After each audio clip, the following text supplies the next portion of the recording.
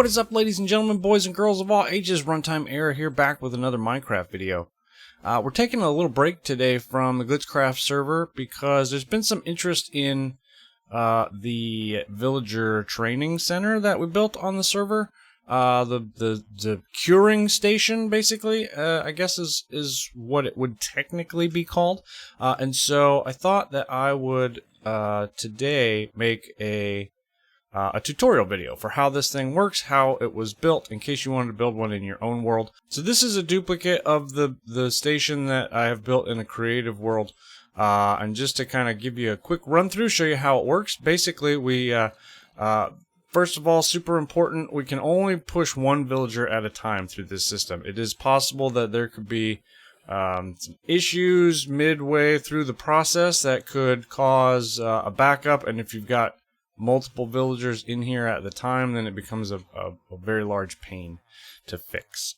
And the additional entities can actually make the problem worse as it goes. But as long as you're paying attention and you do what needs to be done when it needs to be done, you shouldn't really run into any problems. So basically, we start right here and summon a new villager by pressing this button right here.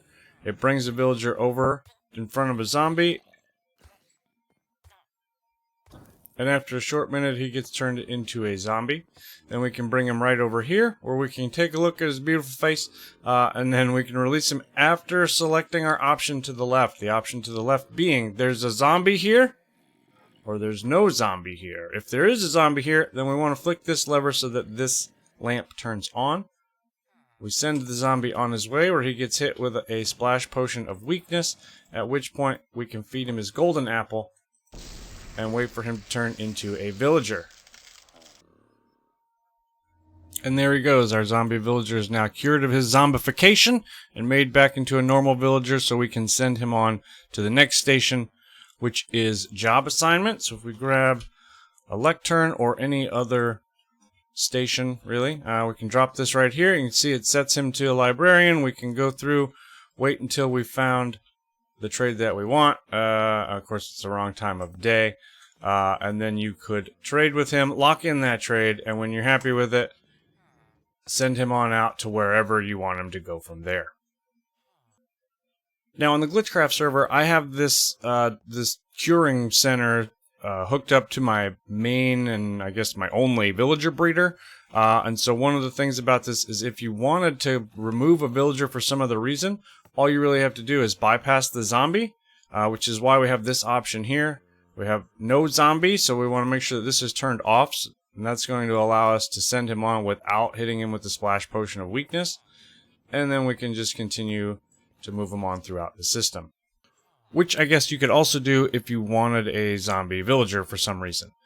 Now, the other thing, I guess, about this feature is that if you're not playing, if your server or your survival world is not set at maximum difficulty, it is possible that the villager could get killed by the zombie, just like that.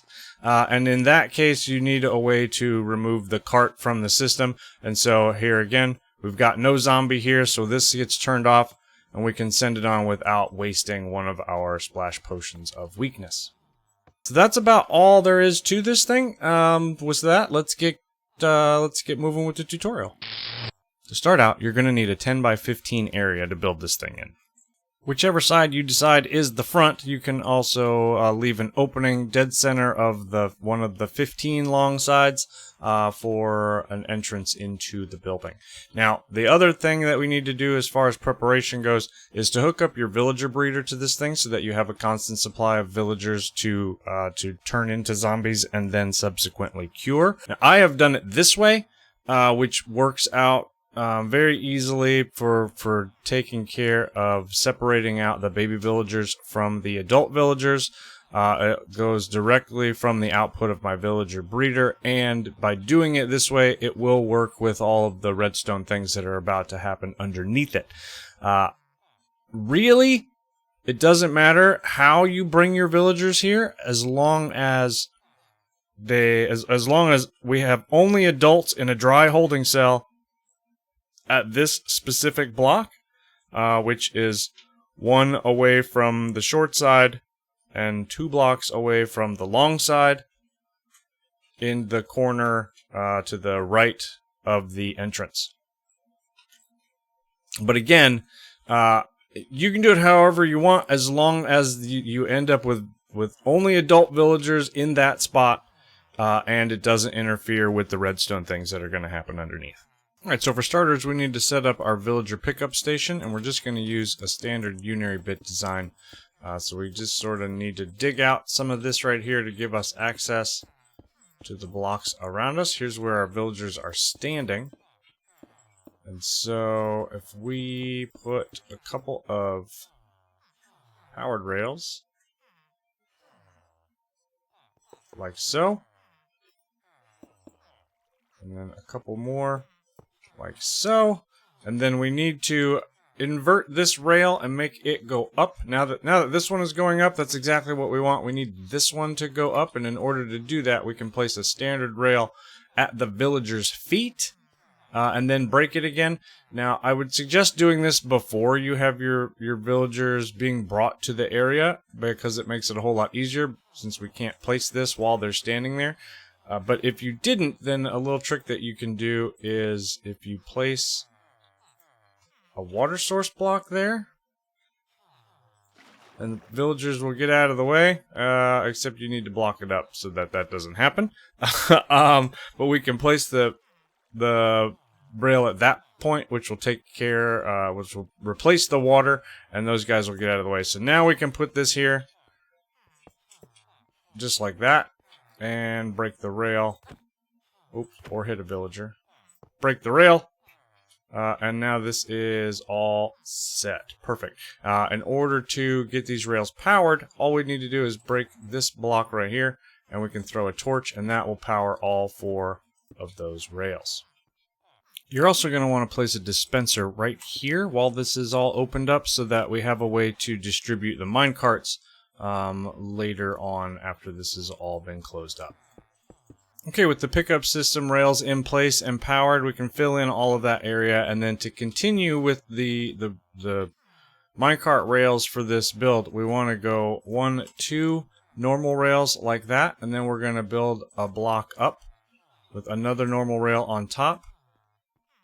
Turn the corner, and we need 2 powered rails coming off of there, another normal rail, another block up, a normal rail on top of that, powered rail down below, another normal rail, another block up, normal rail on top of that, then 2 powered rails, another normal rail, and then we're going to build 2 blocks up with normal rails on top.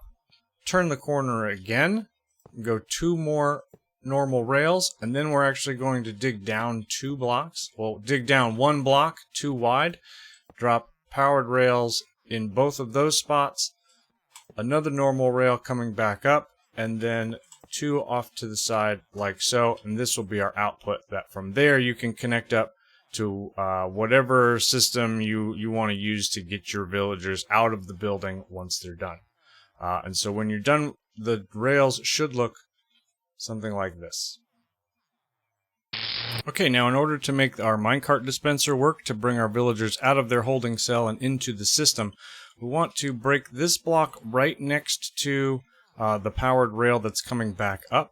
We're going to dig down 2.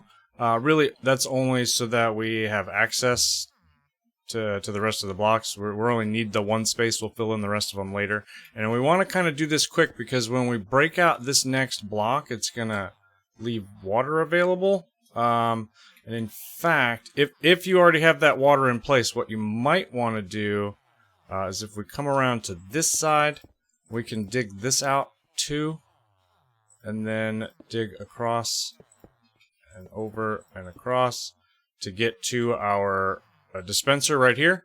Break this block and shift click a hopper directly on top of it. And now back to this area, again doing this very quickly. When we break this, we can shift click a hopper directly into that other hopper, and that's going to hold our water back, just like that.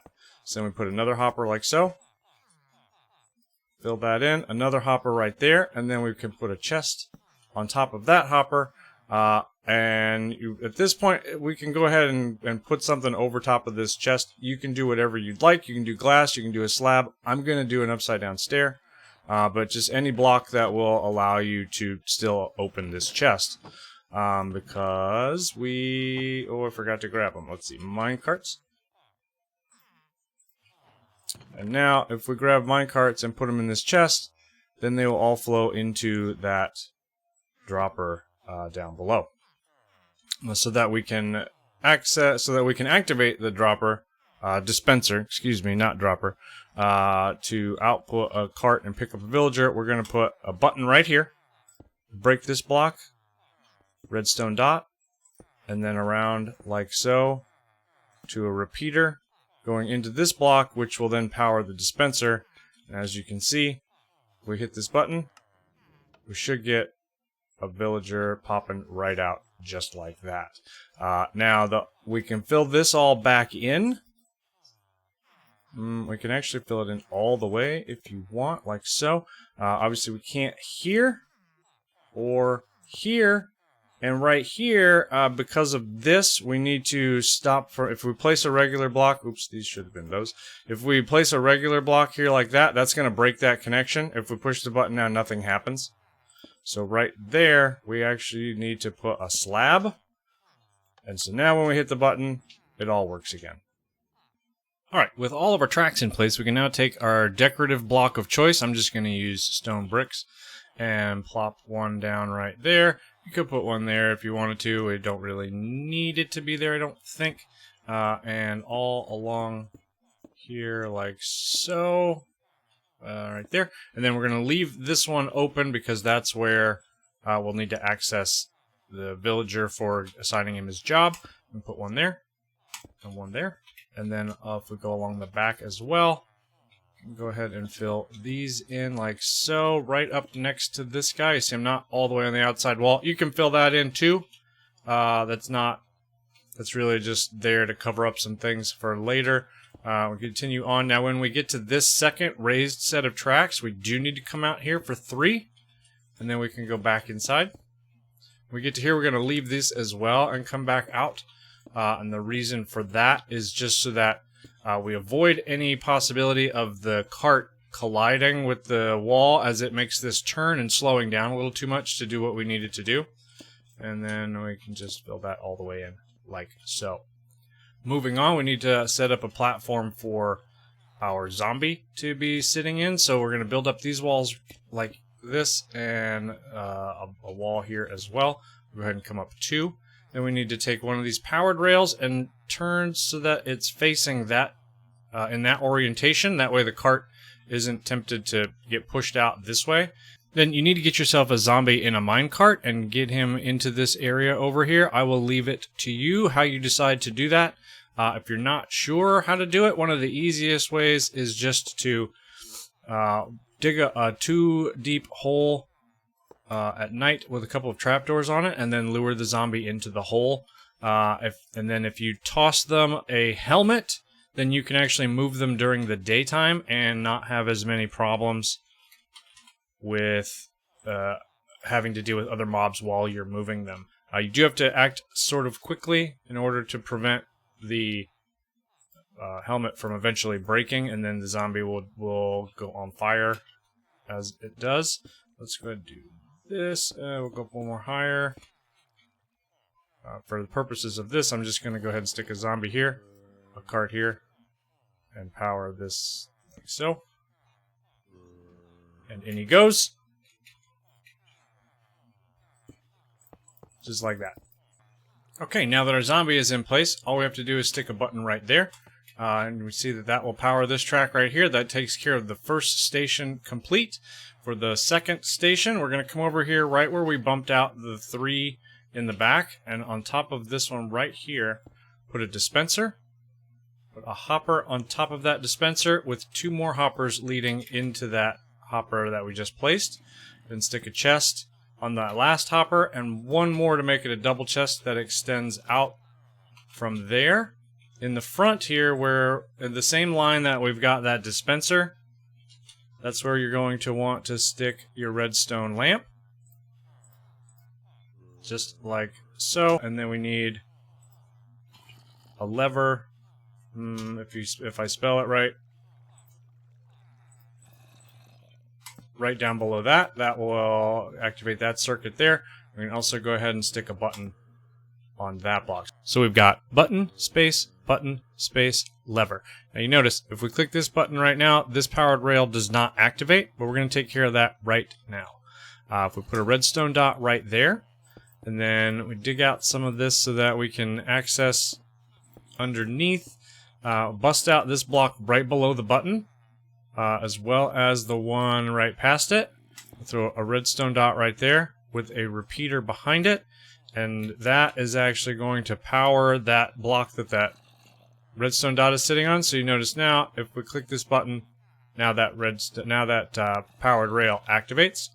And in addition to that, when we click this button, we also want that dispenser to fire. So to do that, we're going to dig down just a little bit. Now, we have to be careful. This block right here has a rail on it, so we don't want to break that block. But if we break underneath it, and we bring a redstone dot to the side and shoot them out over there, then what we can do is come down here next to it. Like so. There it is. And then from that right there, we can come down one, and then left and down one more into another repeater. And from that, we can create a redstone torch tower. And that right there, you probably just heard it click. That just powered the dispenser. So if we come back up here now and hit the button, we should see this powered rail turn on, and we'll hear a click from the dispenser. And there it went. Now, that's all well and good, except we don't want it to fire when this is off. So in order to make that happen, we're going to put another redstone dot right underneath this lever with a redstone torch on the side of it, like that. And then if we do a line of redstone just like that, and then we break this block, go down one, and put another repeater right there. Now that repeater is locking the repeater that's powering the torch tower. And so now, we click this button, we got a powered rail activated, but no activity out of the dispenser. And when we flick this lever, that inverts the torch, removes the lock on the repeater, and now they both fire. And in fact, I just went ahead and covered the rest of the floor in, so let's just make sure everything's working so far. We'll skip that guy, it doesn't really matter, this is just a test. And then if we go into this chest that we placed, and put in a bunch of splash potions of weakness, those should all go into the dropper. We see this is off, so he should be safe. Sure enough, he is. And we bring another guy along. When we turn this on, he gets passed along and the weakness fires. Excellent. If you're not sure how to make a splash potion of weakness, it can be done quite simply by starting out with a mundane potion, which you get by combining water bottle and nether wart in a brewing stand. From there, you can turn it into a potion of weakness by adding a fermented spider eye, which is created quite simply by combining sugar, brown mushroom, and a spider eye into any crafting grid. Once you've got that, you can turn your potion of weakness into a splash potion of weakness by adding gunpowder before removing it from the brewing stand. Now, believe it or not, that is almost it for the redstone for this build. We can place another button right here. You can see it was a space of 1 has been the pattern we've been following. Now we're going to have a space of 2, and that is going to activate this powered rail right here. Then also another one directly after the job assignment station. You see that one doesn't work, but if we come down here, put a dot of redstone right underneath that block that button is on, now it works. And that's the redstone.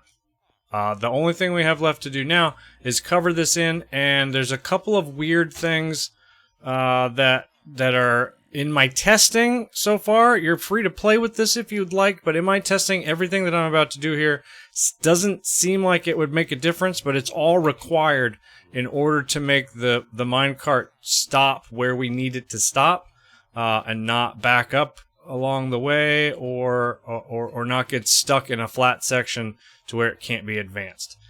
So basically, it's going to be a whole lot of glass and just a couple of trapdoors. Now, real quickly before I forget, you obviously want to make sure that this is covered in so that the zombie doesn't die and burn up in the sunlight. But then also, we want to make sure that he's not going to despawn ever and remove him from the mob cap and all the good things. So either you can do that by tossing a zombie a bunch of items and see if any of them will pick one up before you trap them. Any zombie that is holding an item is not going to despawn on you. Or, of course, you could just use a name tag. Alright, we're almost done now. We just need to fill in the headspace above this track. I'm going to use a solid block here and here, but you wouldn't necessarily have to. What's important is that once you get to this bit here where the track raises up, then we put glass blocks there and there to prevent the villager from suffocating as he comes up here. You want to leave this area empty, however, otherwise the zombie is not going to be able to aggro and attack the villager. If we put a glass block here, for example, even though it's see-through, he's not going to see the villager that's sitting there, and he won't attack it and turn it into a zombie. So skipping that spot, we're going to put 2 more just like that. Obviously, it doesn't matter what color you use. I'm using green, but the color has no bearing on the mechanism itself. We do, however, need to put 2 trapdoors there and there. Again, in my testing, I've had problems with it not working with these trapdoors here. Sometimes the villager scoots in too fast and he comes in and lands on top of this flat track. And then when you push the button, he can't go anywhere. Or sometimes in other ways that I've done it, he comes in a little too much down here, and then he gets bounced backwards instead, and then he starts attacking all the other villagers, and he'll never go forward again. It's just a big mess. So again, feel free to play with it, but in all my testing, that's how it needed to be done. From here, we can skip. And then just on the other side of these hoppers where the track bumps up again, we're actually going to put another trapdoor against these hoppers right here, and then glass along the rest of the way for this wall right here. And from there, that's pretty much the end of it. Now we can just kind of fill this in as we need to. The way that I like to do it is to put glass like that so that I can see the cart coming by.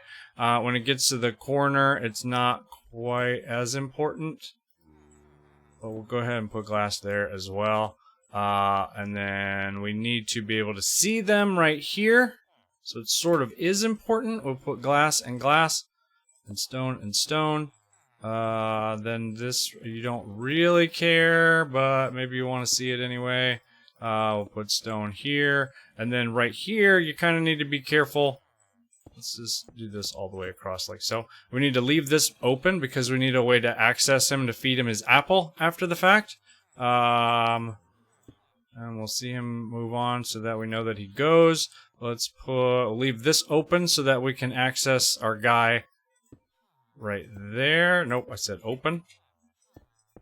Cover it along like that, and then we can even put a piece of glass right here for no other reason than we can't have a solid block because otherwise the villager will suffocate on his way out, but I don't necessarily want it open either. That way, if just for some reason a zombie ends up wandering in here, you don't want him to be able to walk into that spot. He would be able to walk into this spot if you're really nervous about it. You could just leave a workstation here at all times, or you could put like a trapdoor right there. That would prevent anybody other than you, basically any mob or a baby zombie. A baby zombie would still be able to get in there, so I don't know, maybe it's not the best idea. Best thing to do is just to keep a door on here so that nothing can get in. And from that's pretty much it, guys. Don't forget to cover all of this in so that your zombie villager doesn't get burnt up with some kind of a block, any kind of a roof block, and then you can just fill this in with a block of your choice to finish off the room. So that's it, guys. That's my zombie-powered villager training center. I hope you liked it. If you did, please consider leaving a like if you want to see more videos like this. If you really, really, really liked it, I just broke something. Please don't forget to subscribe, and let me know down in the comments what you think. Do you like this build? Do you not like this build? Did you like this video? Do you want to see more videos like this, or should we just stick to the playthrough type videos and the building of things? Anyway, yeah, my name is Runtime Error. Until next time, peace.